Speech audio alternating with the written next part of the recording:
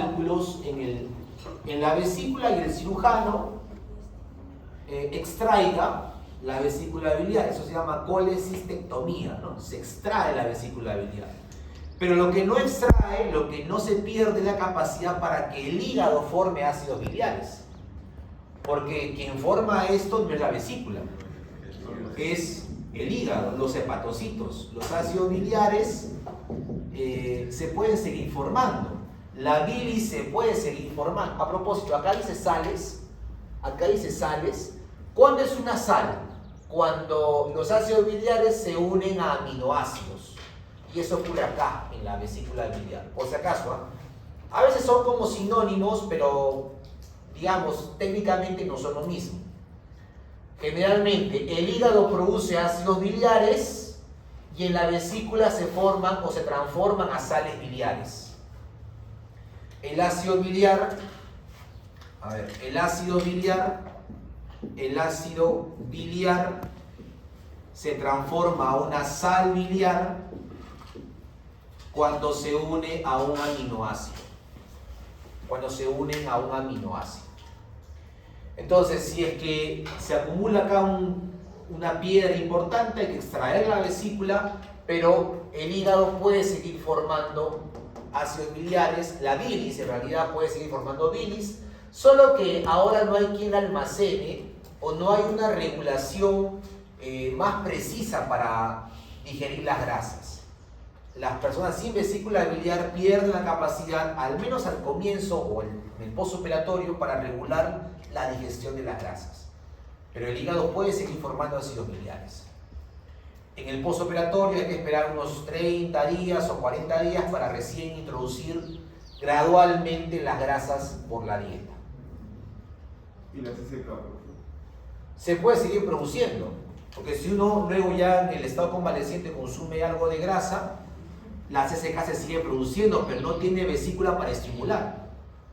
Ahora, no es la única función de la CCK, porque si exploramos más sobre esta hormona incluso en sangre tiene, o en el cuerpo tiene otros sitios de acción. Por ejemplo, la CCK podría ir, digamos, más arriba y llegar al hipotálamo. En el hipotálamo la CCK produce saciedad. En otras palabras, no es lo único que hace. No hay vesícula, pero la hormona se puede seguir produciendo y cumplir otras funciones. Bueno, entonces eso va a ser emulsificación, proceso importante previo a la absorción de las grasas de la dieta. Sí.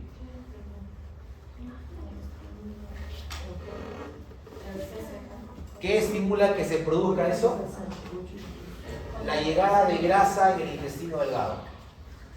Uno come grasa, la grasa pasa al duodeno y esa grasa estimula la secreción de CCK. El consumo de grasa estimula la producción de esa hormona. ¿Y qué estimula la secreción de secretina? ¿Qué estimula la secreción de secretina? La llegada al duodeno de ácido clorhídrico. La llegada de ácido clorhídrico al duodeno produce la secreción de esta hormona, secretina. Esa hormona estimula el páncreas exocrino para que produzca el jugo pancreático, que además tiene un tampón para esto, un neutralizador para esto, que se llama, ¿cómo se llama este tampón? Ion bicarbonato. Ion bicarbonato. Es que esta es una base que amortigua este ácido. ¿No ves que está en el duodeno? El duodeno no puede recibir ácidos. Pero cuando uno come, el ácido en el estómago pasa al duodeno. Para que el duodeno se proteja, la secretina estimula que el páncreas produzca el jugo pancreático, que además contiene, además de enzimas que ya hemos hablado, tiene ion bicarbonato, que neutraliza al ácido clorhídrico que está entrando al intestino delgado. y se evita una laceración, ¿no?, en el intestino delgado, que no está en la capacidad para cuidarse del ácido del estómago. No tolera un pH ácido. Se cuida, se protege con el ion bicarbonato que proviene o que está en el jugo pancreático. Como la gasa emulsificada sale de la linfa? Bueno, hay un conducto, hay una conexión, te refieres al kilomicrón, la grasa está en el kilomicrón. Hay una conexión, o sea, el punto de conexión entre linfa y sangre está por acá, está en el tórax, parte superior. Esa conexión se llama así.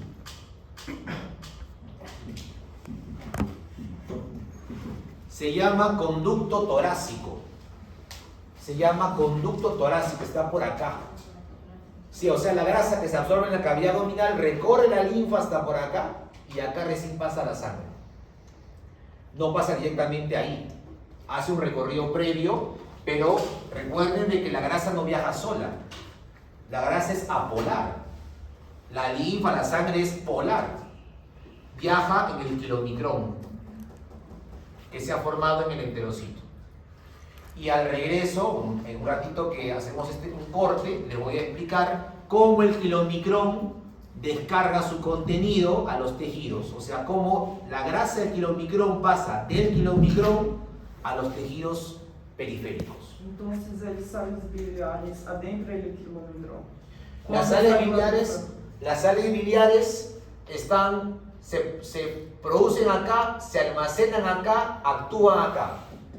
Sí. Acá emulsifican la grasa de la dieta. Esto ocurre primero, esto ocurre después y esto ocurre al final. Entonces, la parte hidrofóbica e hidrolífica son formadas na vesícula biliar.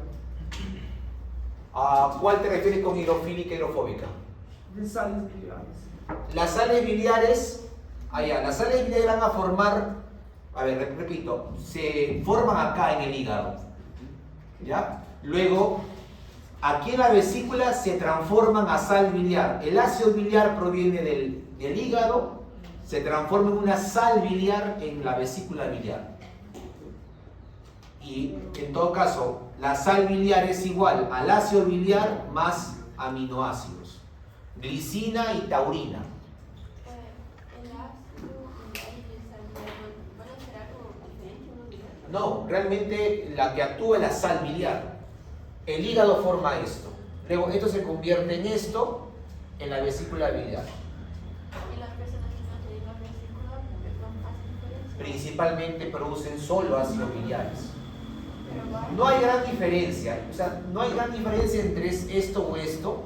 El problema es cuando no hay vesícula, porque la vesícula no regula cuánta bilis se vierte.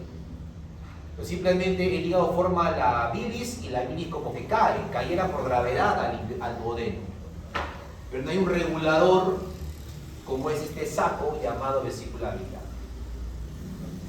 ¿No causa algún daño a la regulación, digamos, si se sabe? Sí, bueno, se cree de que los que no tienen vesícula biliar tendrían más riesgo a sufrir dislipidemia, o sea que se les suba el colesterol en sangre, triglicéridos en sangre y luego puedan hacer enfermedad cardiovascular. En el tiempo más riesgo infarto. Hay riesgo, sí, o sea que no tenga vesícula biliar predispone a alteraciones en el metabolismo de grasas. Bueno, en la parte posterior, o en la parte, mejor dicho, derecha de la pizarra, estamos viendo ese escenario, ¿no?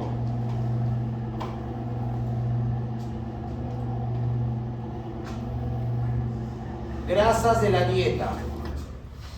Estamos en el intestino delgado. Llegó la grasa de la dieta al duodeno. ¿Qué se produce? ¿Qué hormonas se producen en el duodeno con la llegada de la grasa de la dieta? CCK. Esta estimula para que la vesícula biliar se contraiga y la bilis de la vesícula pase al intestino delgado. Y eso permite de que las sales biliares de la bilis emulsifiquen a los triglicéridos de los alimentos.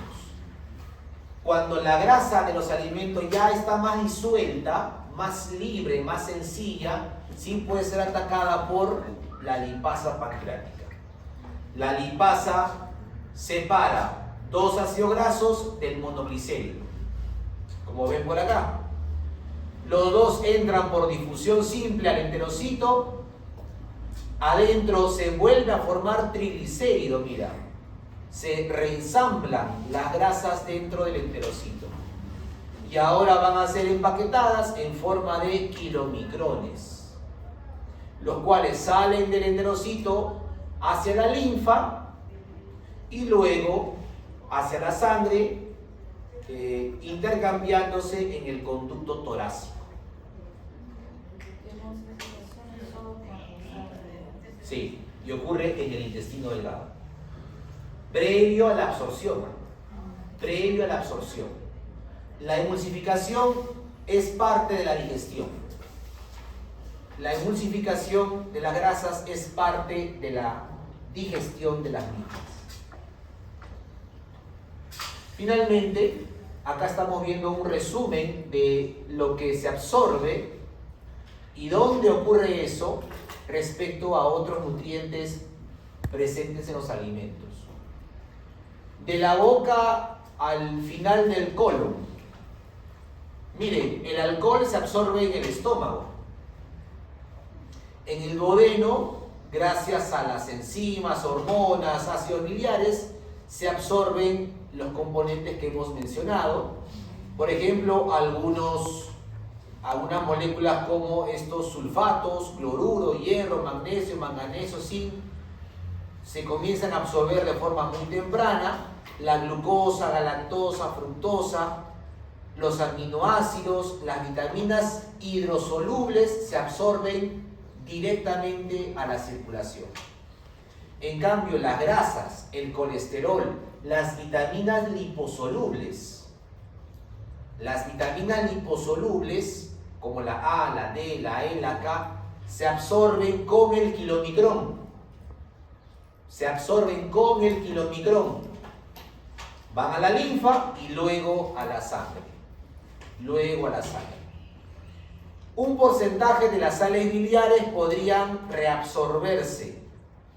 Las sales biliares que caen al duodeno, un porcentaje de ellas pueden reabsorberse, principalmente en la parte distal del intestino delgado, que es el ilio.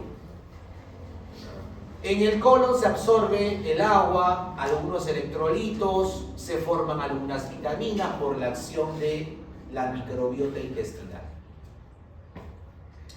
Muy bien, chicos, entonces eso ha sido respecto a la digestión y absorción de lípidos.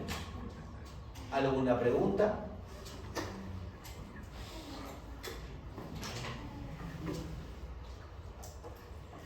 Ya, tienen que hacer algo para no quedarse dormidos en la clase.